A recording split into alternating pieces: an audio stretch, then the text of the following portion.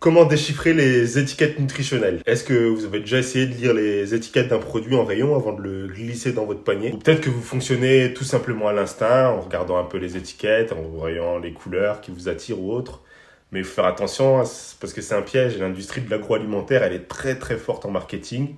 Elle sera très bien jouée avec vos émotions pour vous faire acheter un produit dont vous n'avez pas forcément besoin ou qui n'est pas très bon pour votre santé. Est-ce que vous savez par exemple que l'étiquetage des produits a une marge d'erreur de 20%? Et de toute façon, quand bien même vous seriez tenté de lire les étiquettes, on n'a pas tous l'âme de Champollion. Alors je vais vous expliquer et vous donner des conseils pour vous aider à déchiffrer ces hiéroglyphes. Donc restez bien jusqu'à la fin de cette vidéo pour avoir tous les conseils.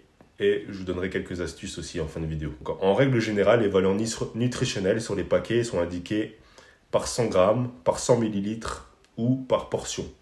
Donc, il va être noté dessus la valeur énergétique en kilocalories, donc KCAL, la teneur en protéines, la teneur en glucides, la teneur en lipides, mais aussi en vitamines et en minéraux selon les apports journaliers recommandés, donc AJR.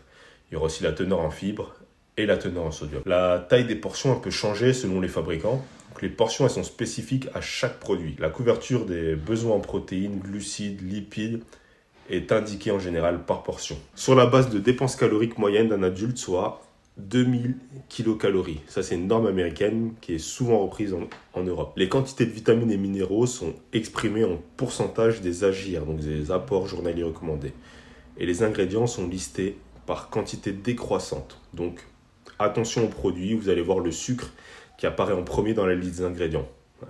Bien entendu, à part si vous achetez un paquet de sucre. Pour rappel, les ANC expriment les besoins en macronutriments, les besoins nutritionnels, physiologiques selon l'âge, le genre et l'activité. Les ANC tiennent compte des habitudes alimentaires des Français. Les AJR sont des moyennes des ANC qui servent essentiellement à l'étiquetage. Sur les paquets, on va retrouver la mention des protéines qui va être indiquée en grammes.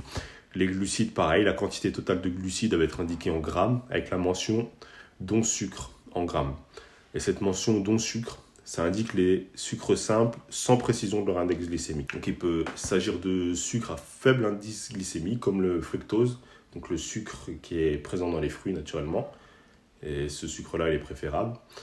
Ou au contraire, des sucres à fort index glycémique, dont là, il vaut mieux limiter la consommation. Il faut consulter la liste des ingrédients pour connaître la nature des glucides utilisés.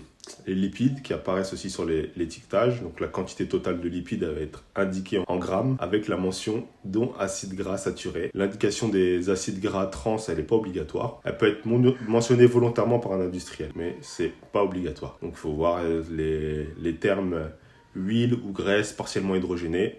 Ça permet de les identifier, ces acides gras trans. L'Agence nationale de sécurité des aliments conseille de les limiter à 2% de l'apport calorique en raison des risques cardiovasculaires. Si vous consommez plus de 2% de ces acides gras trans, c'est assez dangereux pour votre santé. Les acides gras saturés, eux, ils proviennent du règne animal ou du procédé industriel d'hydrogénation. Il est vraiment recommandé d'en limiter la consommation. Les acides gras trans, ils sont issus de la transformation technologique par hydrogénation d'acides gras insaturés. Donc on prend du bon gras pour transformer en mauvais plus ou moins. Et cette transformation elle permet de solidifier les matières grasses qui sont fluides. Pour bien choisir ces aliments, il faut bien identifier le nom du produit et sa dénomination de vente. Il faut préférer prendre des yaourts plutôt que des spécialités laitières. Donc là, faites attention. Repérez la liste des ingrédients et leur ordre d'apparition, donc sur l'étiquetage, dans l'ordre décroissant. Essayez de repérer les valeurs nutritionnelles et la quantité à laquelle elles se rapportent. Il faut être particulièrement attentif aux apports de lipides, de sucre et de sel par portion. Parce que là aussi, dans notre alimentation moderne, on consomme vraiment trop de sel. Et c'est pas bon pour le cœur, pour la rétention d'eau et pour pas mal de choses. Identifiez bien la taille d'une portion. Et les indications à la portion sont intéressantes pour donner une vision exacte de ce qu'on achète, mais elles peuvent nous induire en erreur. Et pour comparer les valeurs nutritionnelles de deux produits, il faut se baser sur les apports pour 100 grammes de produits. Si vous voulez comparer, regardez les valeurs pour 100 grammes, parce que pas par portion. Il faut être particulièrement attentif aux mentions commerciales du type 0%, où les mentions, il y a marqué moins de gras, moins de sucre, plus de choses, plus de ça. Ça aussi, ça induit en erreur. Parce que c'est par rapport à quoi, on ne sait pas. Une bonne lecture des étiquettes va vous permettre de faire des choix et de mieux contrôler votre alimentation. Ça va vous aider à mieux contrôler votre poids, mieux contrôler votre santé, vos apports en sel, vos apports en lipides, en glucides, en protéines. Pour vos devoirs de cette semaine, ce que vous allez faire, c'est repérer les informations nutritionnelles qu'il y a sur les emballages. Déjà, commencez par les emballages de ce qu'il y a chez vous. Vous allez voir par rapport au pourcentage en protéines, en glucides, en lipides, en vitamines, en minéraux.